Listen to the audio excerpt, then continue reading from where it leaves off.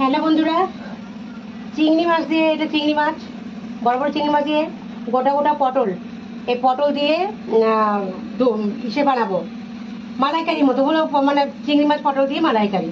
মালাইকারি মশলাটা দেখে নাও। মশলাটার মধ্যে এই দুটো শুকনো লঙ্কা যাবে, 1 চামচ জিরে যাবে, আদার টুকরো দুটো, অল্প রসুন, রসুন বেশি না, অল্প রসুন, কাঁচা লঙ্কা একটু বেশি দিচ্ছি, এটা তো ঝাল নেই কিন্তু গন্ধটা ভালো আসবে। একটু নারকোল, এই যে একটু নারকোল, পেঁয়াজ একটা বড়, আর 1.5খানা ছোট ছোট টমেটো। একসাথে এটা বাটবো, একসাথে এই মশলাটা বাটবো। এই দেখো মশলাটা বেটে নিই।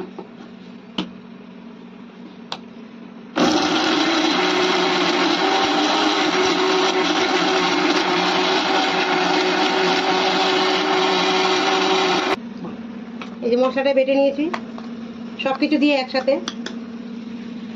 চলো পটলটা ভেজে নিই। আগে পটল ভাজবো, পরে চিংড়ি মাছ ভাজবো, কারণ আগে চিংড়ি মাছ ভাজলে কড়াইটা তলে লেগে যায় তো, তখন পুড়ে যায়। ওই জন্য আগে পটলটা ভেজে নেবো।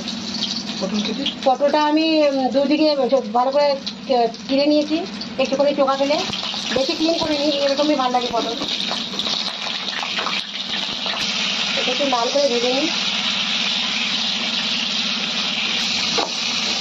হ্যালো বন্ধুরা, দেখো এটা ভাজা হয়ে গেছে পটলটা। এবার এটা তুলে নিই। এই তেলটার মধ্যেই আমি চিংড়িটা ভেজে নেব। এবার চিংড়িটা ভেজে নিই, অনেক বড় বড় চিংড়ি।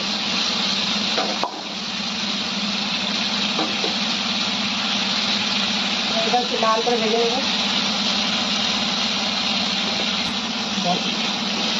দেখো আমার চিংড়িটা ভাজা হয়ে গেল, এটা তুলে নেবো। এবার এই পটলের সাইডেই তুলে নেবো।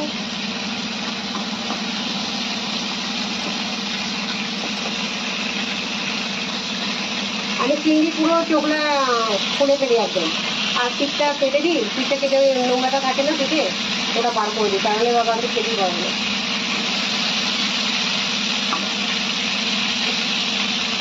এবার দেখো, এবার তেজপাতা, জিরে আর সাবুত গরম মশলা, এটা আমি এই তেলটাকে দিয়ে দেবো, তেলটাকে দিয়ে দেবো। এবার এই মশলাটা দিয়ে দেবো, যে মশলাটা বেটে রেখেছি এর মধ্যে সব কিছু দেওয়া আছে, সেই জন্য আলাদা আর কিছু দিচ্ছি না। আদা, রসুন, পেঁয়াজ, টমেটো, জিরে, শুকনো লঙ্কা, কাঁচা লঙ্কা সব কিছু দিয়ে দিয়েছি, রসুন। এবার এই মশলাটাকে সুন্দর করে কষাতে হবে একদম, যতক্ষণ না তেল ছাড়ে মশলা থেকে।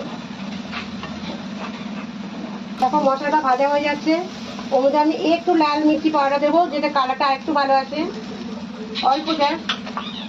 একটু চিনি দেবো, মালাইকারিতে চিনি দিলে তো হবে না, একটু মিষ্টি চাই। আর একটু নুন স্বাদ অনুসার। আর এটা একটু নেড়ে মিষ্টিটা ধোয়া জলটা দিয়ে দেবো।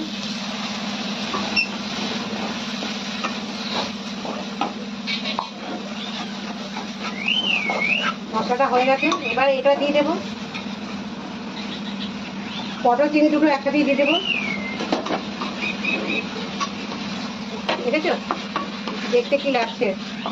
এবার এর মধ্যে আমি একটু গরম জল দেবো, দিয়ে একটু ফুটাতে হবে মিনিট 5, বেশি না, চিনি বেশি ফুটাতে নেই, পটল ভাজা হয়ে গেছে।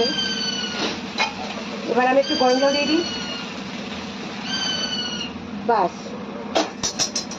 এবার একটু 5 মিনিট ফোটার পরে এটা রেডি হয়ে যাবে। দেখো কালার কেমন হচ্ছে, এটা পটল চিংড়ি দোরমা।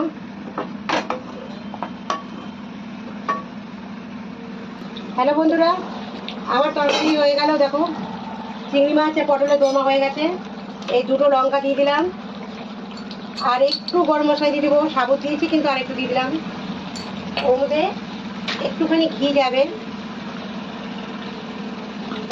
এবার ধনে পাতা যাবে,